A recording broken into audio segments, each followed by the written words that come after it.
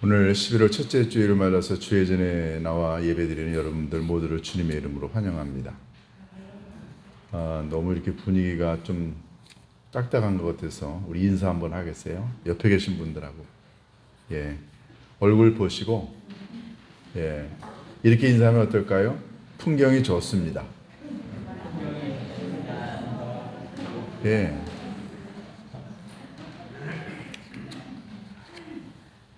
앞뒤 분들 하셨어요? 풍경이 좋으면 자주 보고 싶죠? 근데 찌푸린 얼굴, 화난 얼굴 보고 싶지 않을 거예요. 다시 한번 여러분들이 보일 수 있는 최고의 멋진 풍경으로 앞뒤 사람하고 인사 한번 다시 하겠습니다. 멋지십니다. 인사 한번 해보시겠어요? 네. 아무리 얘기해도 죽어도 안 하는 사람도 있어요.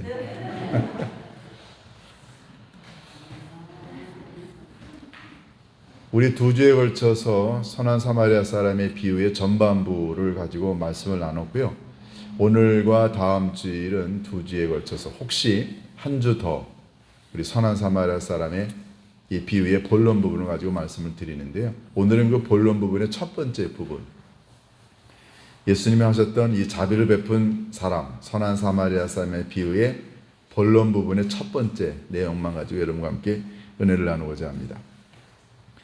지난 코로나 기간 동안에 힘들지 않았던 사람이 어디 있나요? 제가 개인적으로 제일 힘들게 본 거는 어린아이들이었던 것 같아요. 왜냐하면 학교에 다니는 어린아이들이 학력이 엄청나게 저하가 됐다고 합니다. 영상으로 공부하는 게 그게 쉽지가 않죠. 영상 예배, 영상으로 성경 공부, 영상으로 기도회 같이 모여서 하는 것과 전혀 차원이 다르죠. 학생들의 그 학력이 저하가 된 건 우리나라뿐만 아니고요. 전 세계가 다 그렇습니다. 사람들끼리 만나지 못하니까는 관계가 소원해지기도 했고, 그런데 그건 못지않게 수천만 명의 사람들이 코로나 때문에 생명을 잃었습니다. 그리고 그것 때문에 후유증 때문에 고통당하는 사람도 많고요. 코로나 때 사업을 못해서 사업을 접었고 경제적으로 파산한 사람들도 많습니다. 보면 학교의 학생들, 그리고 건강 잃은 사람들, 사망한 가족들, 또 사업에 실패한 사람들, 회사가 어려운 사람들, 코로나가 가지고 온 굉장히 부정적인 것들이 많죠. 근데 그 중에 하나가 기독교 교회가 굉장한 타격을 받았습니다. 기독교 교회가 다중 사람들이 모인 곳이고 여기서 찬송을 부르고 기도하고 밥도 먹고 마치 교회가 코로나 바이러스를 퍼뜨리는 주범처럼 정부가 몰아가서 굉장히 교회가 어려움을 겪었고요. 우리나라가 주로 그렇지만 외국 같은 경우는 그 정도 정부가 교회를 비난하지는 않았지만 외국도 마찬가지로 코로나 때문에 굉장히 많은 교회가 그 인원이 줄고 재정이 줄고 고통을 당하고 있습니다. 작년 말에 한국의 주요 교단들이 코로나로 인하여 교회에 발생한 여러 가지 변화들, 이런 그 연구 보고서를 낸 적이 있습니다. 코로나 전에 성도들이 교회에 나와 예배를 드리는 퍼센테이지를 100으로 친다면 코로나가 한참 이렇게 득세하고 또 코로나가 위드 코로나로 가기 전까지 그 예배 참석률이 60%로 줄었어요. 10명 중에 6명이 교회 나오고 4명이 교회 나오지 않았다는 거죠. 주일학교는 그보다 더 심해서요. 65% 주일학교가 줄었다고 합니다. 부모님들이 어린아이들을 교회에 보내지 않았어요. 그래서 현재 한국교회가 당면한 커다란 그 어려움 가운데 하나가 지금 교회학교가 다음 세대가 지금 죽어가고 있다는 거죠.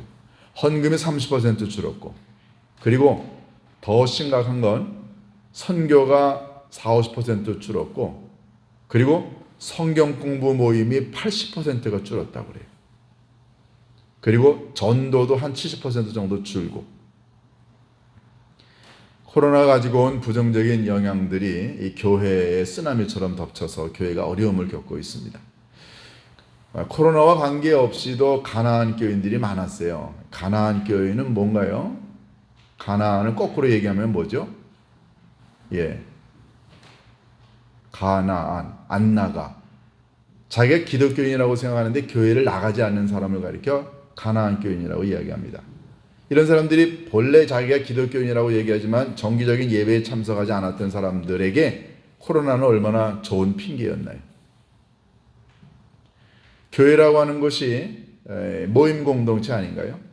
모여서 예배를 드리고 기도회를 하고 성경 공부하고 교제를 나누고 훈련하고 합니다. 사실은 이런 모든 것들을 한마디로 얘기해서 우리가 종교행위라고 얘기를 하죠. 그런데 이 종교행위가 이 코로나 때문에 굉장한 타격을 받아서 아주 결정적으로 교회가 어려움을 겪고 있습니다. 그런데 이런 종교행위와 함께 아주 중요한 게 있는데 그게 뭐냐면 우리들이 삶 속에서 종교행위를 삶으로 펼쳐내고 있느냐 하는 거죠. 예를 들어서 종교행위가 굉장히 뭐라 그럴까요? 외형적이고 그리고 형식적이라는 말은 나쁜 의미의 형식적이 아니고요. 예배에는 틀이 있지 않습니까? 성경 공부가 있고 예식이 있고 제의가 있고 그리고 모든 것들이 아주 정형화된 틀이 있는데요. 이런 기본적인 형식적인 예배가 있는데 종교는 그런 것들을 중요시 여깁니다. 예를 들어서 주일날 교회에 나와서 예배를 드리는 이 일주일에 한 번씩 드리는 이 예배가 굉장히 외형적이고 형식적이죠. 나쁜 의미의 형식이 아닙니다. 굉장히 좋은 의미의. 그런데 만약에 이걸 부정해 보세요. 예배 안 드려도 돼. 교회를 왜 가? 내가 있는 데가 교회인데.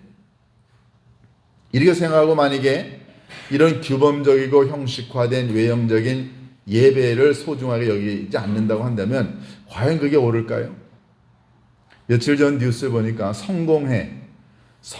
영국 성공회가 450년 동안 지켜왔던 룰 하나를 이번에 파괴했답니다. 그걸 안 해도 된다고 했어요. 그게 뭐냐면 450년 전에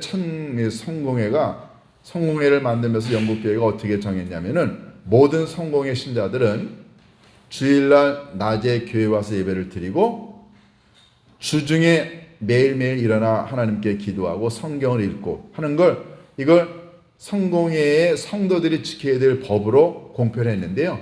얼마 전에 450년 만에 무슨 법을 내렸냐면은 주일날 성도들이 교회에 나와서 예배 드리지 않아도 괜찮다.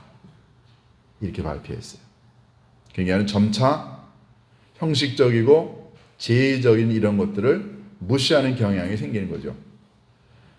교회가 어떻게 해서라도 성도들을 주일날 일주일에 한 번씩 예수님의 부활을 축하하는 의미에서 모여서 예배를 드리는 이것 자체를 무시하고 가볍게 여긴다고 한다면 그러면 성도들의 신앙이 진정 자유함을 누렸다라고 생각해 좋아질까요? 나빠질까요? 여러분 형식적이고 규범적이고 한 것도 나쁘지 않습니다. 그것도 너무너무 소중하죠. 그런데 그보다 더 중요한 건 우리가 이런 형식적이고 외형적인 율법적인 이런 규범적인 이런 종교를 가볍게 여기고 이걸 지키지 않을 때 여러분과 제게 나타나는 아주 부정적인 현상들이 너무 많다는 겁니다. 그러면 사람들이 이런 종교적인 걸 하지 않으면 그러면은 영적으로 내적으로 그러면은 아름다운 삶을 사냐고요. 항상 이 둘은 갈등 관계에 있습니다. 내가 종교적인 삶을 살 거냐, 즉 형식적이고 외형적인 삶을 살 거냐, 아니면 종교적이고 형식적이고 외형적인 건 아니지만 내 삶 자체가 의롭고 깨끗하고 바르게 그렇게 살아갈 거냐. 이 둘은 항상 부딪힙니다. 영어로 religious 하면은 종교적인이라는 말이에요. 근데 religious와 righteous는 의로운 거예요. 내가 조금 종교적이진 않지만 내 삶이 의로워진다면 하나님은 그걸 소중하게 여깁니다. 그런데 종교적이지도 않고 의롭지도 않아요. 이런 사람이 문제죠. 종교적이고 형식적인 걸 가볍게 여겼다고 한다면 그러면 내 삶이라도 의로워져야 되는데 그렇지도 않아요. 얼마나 커다란 문제입니까? 자, 제가 왜 오늘 이렇게 장황하게 이 말씀을 드리냐면 오늘 예수님이 이 자비를 베푼 사마리아 사람의 비유를 통해서 하시고자 하셨던 내용이 바로 이 점이었습니다. 예루살렘에서 여리고로 내려가는 3명의 여행자가 있었어요. 내려간다는 표현은 예루살렘의 해발 800m입니다. 그 다음에 여리고는 해수면보다 250m가 낮아요. 그러니까 1000m 정도의 높낮이 차이가 있습니다. 그리고 일반적으로 사람들이 수도에서 지방으로 가면은 우리가 부산에 내려간다고 그래요. 그래서 내려간다는 의미를 썼어요. 어쨌든 이 세 사람이 예루살렘을 떠나서 여리고로 내려가는데 세 사람이 누구누구였냐면 제사장과 레위와 사마리아 사람이었습니다. 그런데 이 세 사람이 가다가 어느 한 강도 만난 사람을 따로따로 만나게 됩니다. 제일 먼저 그 여리고로 내려가다가 제사장이 강도 만난 사람을 만납니다. 그런데 피해 갔다고 그랬어요. 두 번째 레위 사람도 보고 피해 갔다고 그랬습니다. 이 두 종류의 사람 누군가요? 제사장과 레위는 누군가요? 종교적인 사람입니다. 그런데 사마리아 사람, 이 사람은 지나가다가 피해서 도망가지 않고 내려서 포도주와 기름으로 상처를 싸매어 주고 자기 나귀에 태워가려서는 여관에 데리고 가서 여관집 주인에게 치료를 부탁합니다. 만약에 돈이 모자라면 내가 다음에 와서 주겠노라. 사마리아 사람은 누군가요? 소위 종교적이라고 하는 사람이 손가락질하고 인간 취급하지 않았던 사람입니다. 이 사람에게는 종교는 없지만, 아니 종교적이지 않지만, 즉 형식적이고 외형적이고 율법적인 그런 건 없지만 이 사람에게는 이 종교인이 갖고 있지 않았던 것을 갖고 있었어요. 자비를 베풀었습니다. 왜 예수님은 이 비유를 하시면서 이 세 종류의 사람 두 그룹으로 나누어서 왜 강하게 대조를 시키셨을까요? 예수님의 근본적인 의도는 뭘까요? 예수님이 여러분과 제게 강조하고 싶은 내용은 뭘까요? 오늘 여기에 여러분과 저의 초점이 있습니다. 자, 먼저 여러분, 종교적이다라고 하는 말은 제가 모두에도 말씀드렸지만 상당히 외형적입니다. 제가 종교인이죠. 제가 목사입니다. 제가 가운을 입었어요. 여러분들이 교회 오실 때 깨끗한 옷 입고 오셨고 교회라고 하는 외형적인 건물에 모였습니다. 안내위원들은 가운도 입으셨어요. 굉장히 종교인은 외형적이고 그리고 아주 세세한 형태를 가지고 있습니다. 우리 기도도 합니다. 하나님의 말씀도 읽고요. 찬송도 합니다. 굉장히 갖추어져 있는 형식이 있죠. 자, 종교인은 외형적이고 형식적이고 그리고 종교인은 굉장히 그들의 말씀, 율법 가르침을 소중하게 여깁니다. 그래서 우리는 늘 성경을 읽고 묵상하고 배웁니다. 종교적인 것의 또 다른 의미는 상당히 하나님과 즉 자기의 신과의 관계를 중요시 여깁니다. 우리가 하나님을 소중히 여기잖아요. 마음을 다하고 목숨을 다하고 힘을 다하고 뜻을 다하여 주 너의 하나님을 사랑하라. 우리가 지지난주에 읽었던 내용이에요. 얼마나 하나님과 나와의 중심이 중요합니까? 이게 종교적이라는 말이에요. 그러면 종교적인 것과 굉장한 대조를 이루는 것은 종교적이지 않고 의로운 것, righteous라는 단어예요. 예수님이 이 선한 사마리아 사람의 비유를 통해서 궁극적으로 전달해 주고 싶은 건 종교적인 인간이 되지 말고 의로운 사람이 되라는 거예요. 그러면 의로운이라고 하는 말은 어떤 의미가 있을까요? 의로운 건 형식을 뛰어넘습니다. 내가 비록 형식적인 이런 예배를 잘 갖추지 못했어도 내 삶이 내적으로 인격이 굉장하고 그리고 내 영혼의 삶이 거룩하고 내 실제의 육체적인 삶이 선하고 아름답고 남들에게 칭찬을 받을 수 있는 삶이라고 한다면 의로운 거죠. 그러니까는 종교적인 것이 굉장히 외형적이고 그리고 잘 짜여진 형식과 율법과 하나님과의 관계라고 한다면 이 의로운 것은 내면적이고 내 삶과 관계된 것이고 인격과 관계된 것이고 그리고 늘 이것은 남과의 관계를 소중하게 여깁니다.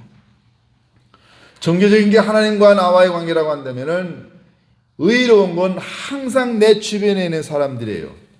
내가 만나는 사람들, 힘들고 어렵고 고통당하는 사람들에 대하여 내가 어떤 접근을 할 것이냐, 이거는 종교적인 걸 뛰어넘어서 의로운 거라는 거죠.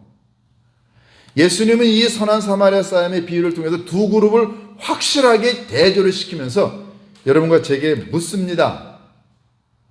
너는 종교적인가 아니면 의로운가? 자, 이 두 사람 레위인과 제사장은 누군가요? 먼저 제사장 누군가요? 아론의 후손들입니다. 주로 제사 업무를 맡았던 사람이죠. 그러니까 하나님과 인간 사이의 중보자가 돼가지고 인간이 가지고 온 죄의 문제를 하나님께 가지고 와서 용서를 해달라고 하는 제사 업무를 지냈던 사람들이죠. 성전에서 제일 중요한 사람입니다. 지금으로 치면 누군가요? 접니다. 목사예요. 그러면 레위인은 누군가요? 레위인은 레위 지파, 야곱과 레아의 세 번째 아들인 레위의 후손들로 이어지는 레위 지파. 레위 지파는요, 제사장 밑에서 제사 업무를 도와주는 것뿐만 아니라 이 사람들은 성전을, 성막을 관리하는 사람들이에요. 광야 유랑 시절 때는 성막을 폈다 접었다 하지 않았나요? 운반하기도 하고 재료가 떨어지면 새로 만들기도 하고 주로 성전과 성막을 관리하는 사람들입니다. 오늘날로 치면 누군가요? 여러분들이세요. 여러분들이 재정을 관리하죠. 여러분들이 교회를 관리하죠. 여러분들입니다. 그러니까 성경에 나와 있는 이 제사장과 레위 그룹은 오늘날의 저와 여러분이에요. 그러면 한마디로 누군가요? 종교적인 사람들입니다.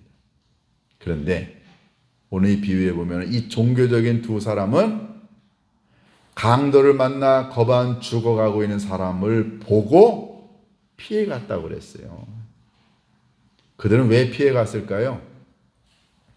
우리가 몇 가지 짐작할 수 있습니다. 첫 번째, 제사장이 피해갔다라고 하는 건 그 나름대로의 이유가 있습니다. 레위기서와 이런 민수기 같은 데 보면은 제사장은 절대로 죽은 시체를 만지면 안 됐습니다.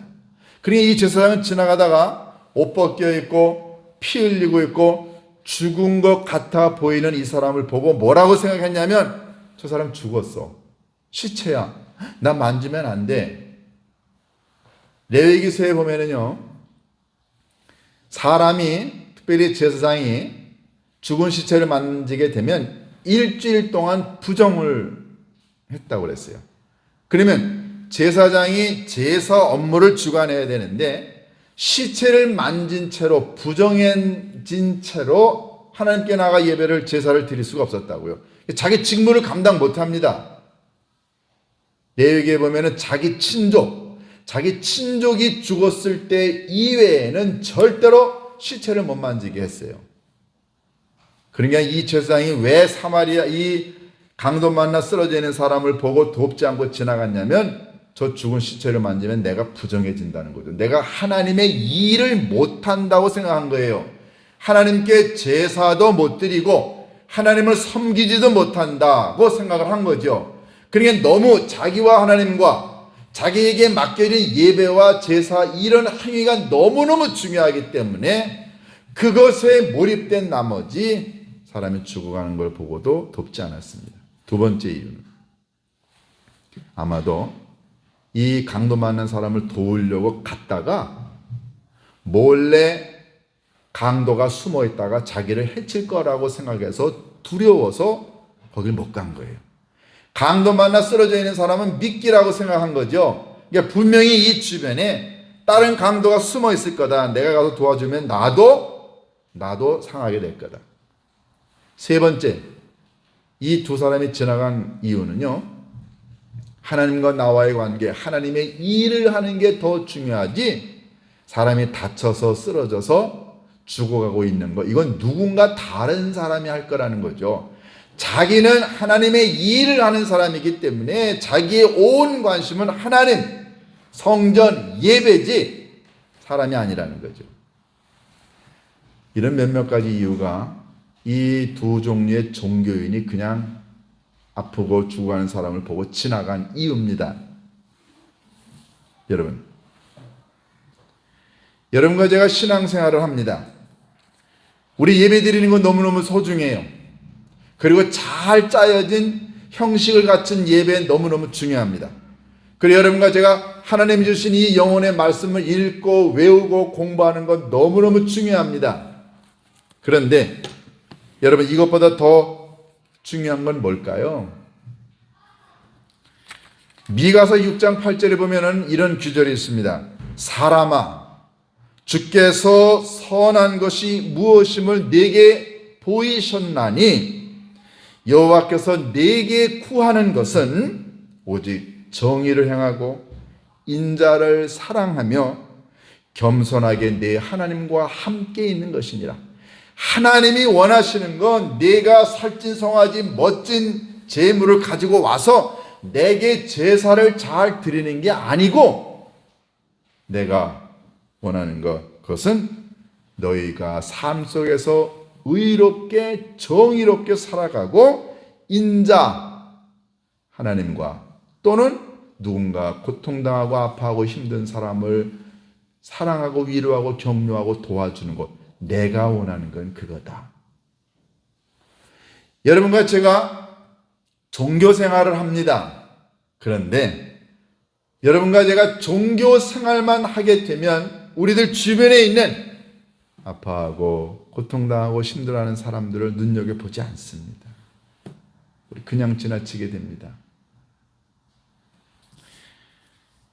여러분과 제가 의로워지는 방법은 뭘까요? 정말로 여러분과 제가 종교를 떠나서 초월해서 그래서 의로워질 수 있는 방법은 뭘까요?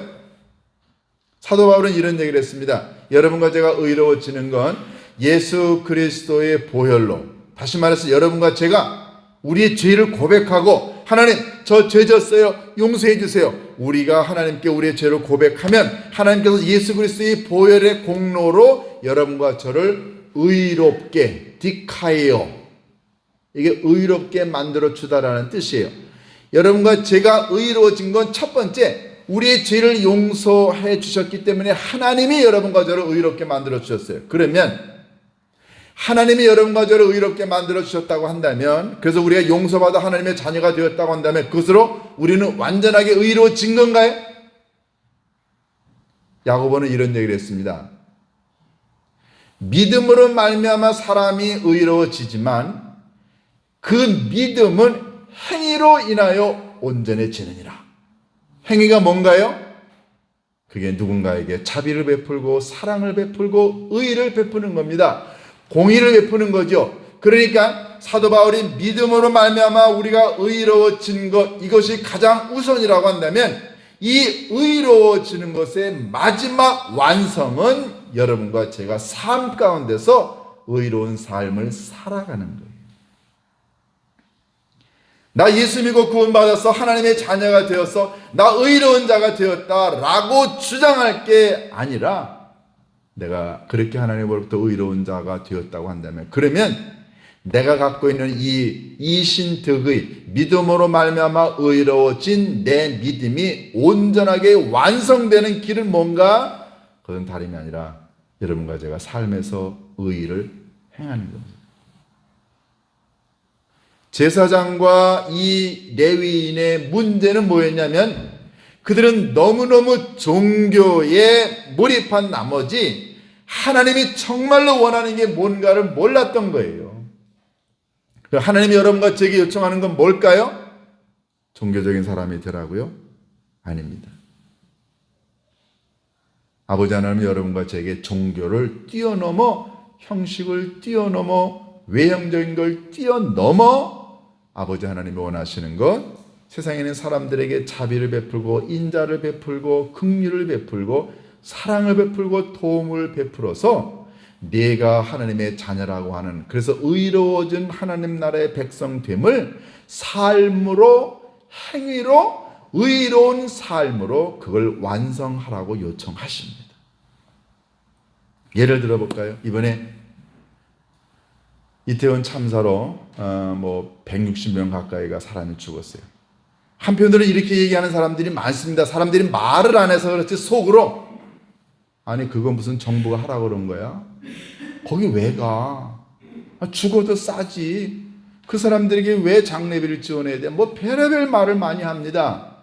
여러분 볼까요? 하나님의 말씀에 비추어 봐서 율법적인 눈으로 그런 사람들을 바라보면 죽어도 싸. 거기 왜 갔어? 누가 가라 그랬어? 거길 왜 가냐고. 별의별 힘들고 어려운 일들이 거기 많았겠죠. 아무도 얘기하지 않습니다. 그러나 그 자리에 엄청난 더럽고 악한 일들이 있었을 거라고요. 그래서 사람들이 얘기합니다. 종교적인 사람들은, 율법을 중요시 여기는 사람들은 거기서 죽은 사람들의 영혼을 달래거나 위로하지 않고 죽어 싸다. 잘 됐다. 왜 도와줘요? 잘 된 건 아니지만 거기 왜 가? 비난하겠죠. 말씀과 율법에 비춰보면 그렇게 얘기할 수 있습니다. 그런데 여러분, 의로운 사람은 뭐라고 얘기할 수 있을까요? 의로운 사람은 자식을 잃고 슬퍼하고 있는 그 유가족들의 마음을 헤아려 위로하고 안타까워하는 마음을 갖습니다. 똑같은 사건인데, 똑같은 사망자와 희생자가 생겨났는데 종교적인 사람은 비난합니다. 그런데 정말로 의로운 사람, 힘들고 어렵고 고통당하는 사람들을 향하여 위로하고 격려하고 안타까워하는 마음을 갖는 건, 이거는 의로운 마음을 갖는 거죠. 여러분, 사마리아 사람이 누군가요? 비난받았던 사람입니다. 사람들로부터 인간 취급받지 않았던 사람이에요. 그는 종교적이지 않을 수 있습니다. 그 종교적인 사람들이 중요시 여기는 성전이나 성막 가서 예배 드리지 못하는 사람입니다. 그들에게는 하나님의 율법이 없을 수도 있습니다. 그렇지만 그에게는 종교인이 갖고 있지 않았던 가장 중요한 게 있었습니다. 그건 바로 불쌍한 마음이죠.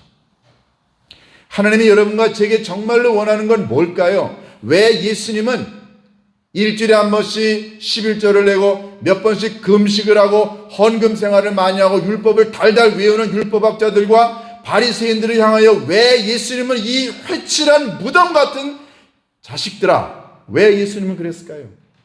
그들은 너무너무 종교적이었습니다. 완벽한 종교인이었어요. 그런데 예수님은 그들을 향하여 비난했습니다. 왜요? 그들에게는 종교적인 의로운 것이 있었지만 그에게는 하나님이 원하시는 의로움이 없었기 때문에 그렇습니다. 사마리아 사람의 행위에 대해서는 제가 다음 주일에 자세하게 말씀을 드리는데요. 사랑하는 교회 여러분, 주님이 원하시는 건 여러분과 제가 종교인이 되는 게 아닙니다.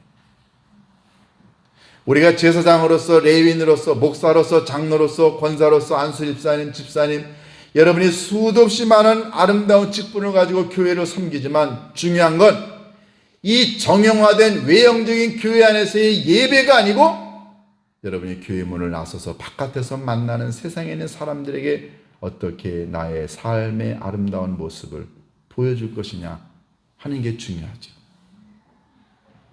어떻게 살아가야 할까요? 종교를 뛰어넘어 의로운 사람으로 살아가는 게 얼마나 중요할까요?